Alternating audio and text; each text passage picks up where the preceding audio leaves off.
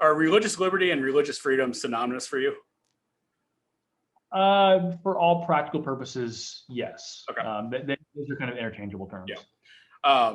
So you have some arguing that we should live in this theonomous state, which would kind of axe this idea of religious freedom for all.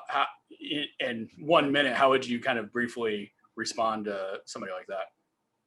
So, I mean, I would say that the greatest argument against the union of any type of church and state is simply the history of the union of church and state.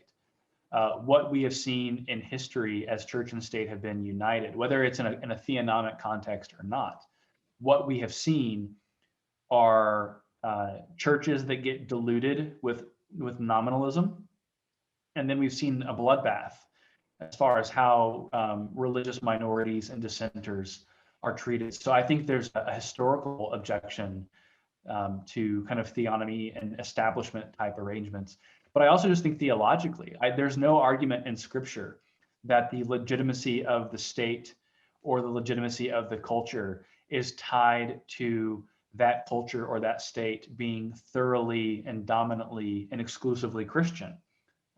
If that's the case, then virtually no state or no society has ever been legitimate, because no society has ever been thoroughly Christian.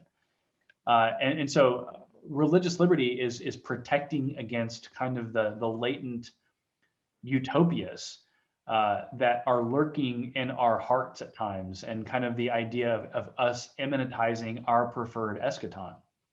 So, I mean, I could go on a whole lot longer on that issue, but I would simply say, maybe to round out the issue,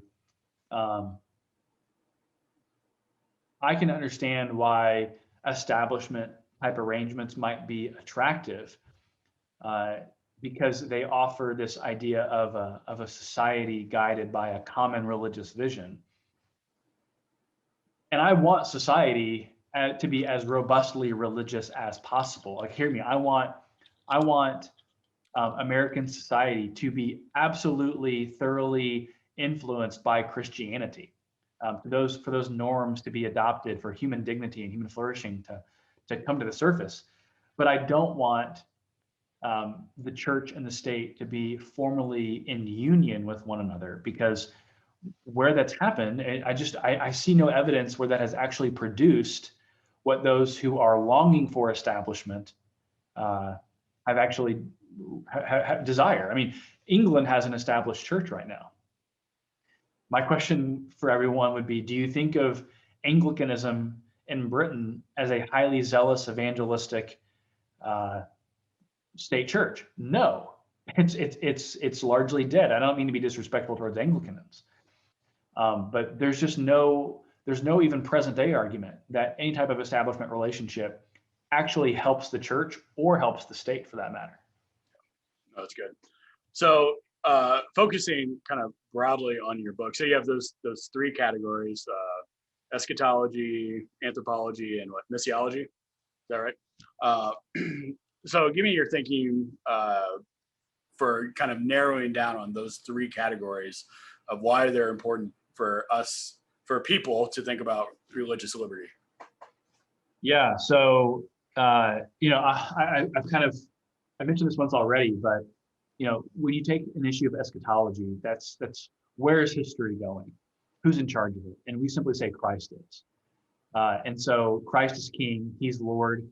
That means that the state is not Lord. The state doesn't have authority over all things. The state really has authority over temporal matters pertaining to such things as taxes, retributive justice.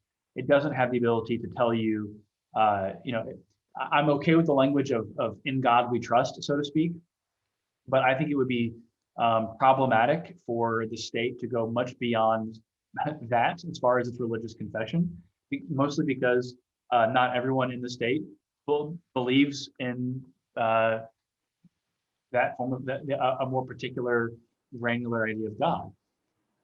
And so let me go here to talking about the eschatology component. When we look at the Noahic covenant in Scripture, and I put a lot of weight on the Noahic covenant, we see that God has reconstituted creation at the Noahic covenant. when he reconstitutes creation at that time, he doesn't make proper theological belief a prerequisite for participation in the world. At the Noahic covenant, basically God says you need to have some type of culture, you need to have families, and you need to have justice. And so it doesn't say that society needs to be united around a robust theological confession for the society to be legitimate. And so that I kind of take my cues there. Once again, that's another example of where the state has not been given the sword over religious matters. It's been given the sword over only justice matters. So you come to an issue like anthropology. That's the question of what does it mean to be made in God's image? Well, to be made in God's image means that you possess moral agency. It means that you possess rationality. It means we have reason. We have a conscience. We intuitively engage in what scholars would call self-constitution. Self-constitution is merely the idea that you want to determine how to live your life. So Brian Renshaw is really into coffee and photography. And so he's decided that he's going to really pursue that as like a side gig, and he's going to make a podcast. And that really is good for Brian Renshaw to do. And you don't want the government saying, Brian, you can't make a coffee podcast.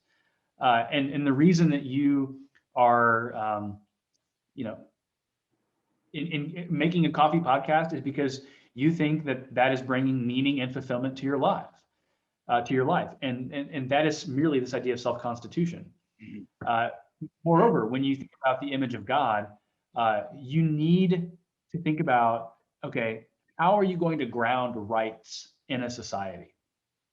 Are rights merely the product of consensus, convention, or majorities? Or are rights something that inhere within the individual with something more concrete and objective? And we would say that's what the image of God does. And on the world's stage in world history, non-secular or non-Christian historians would tell you that the image of God did more to communicate the idea of human dignity and did more to safeguard a doctrine of human rights than anything else on the world stage.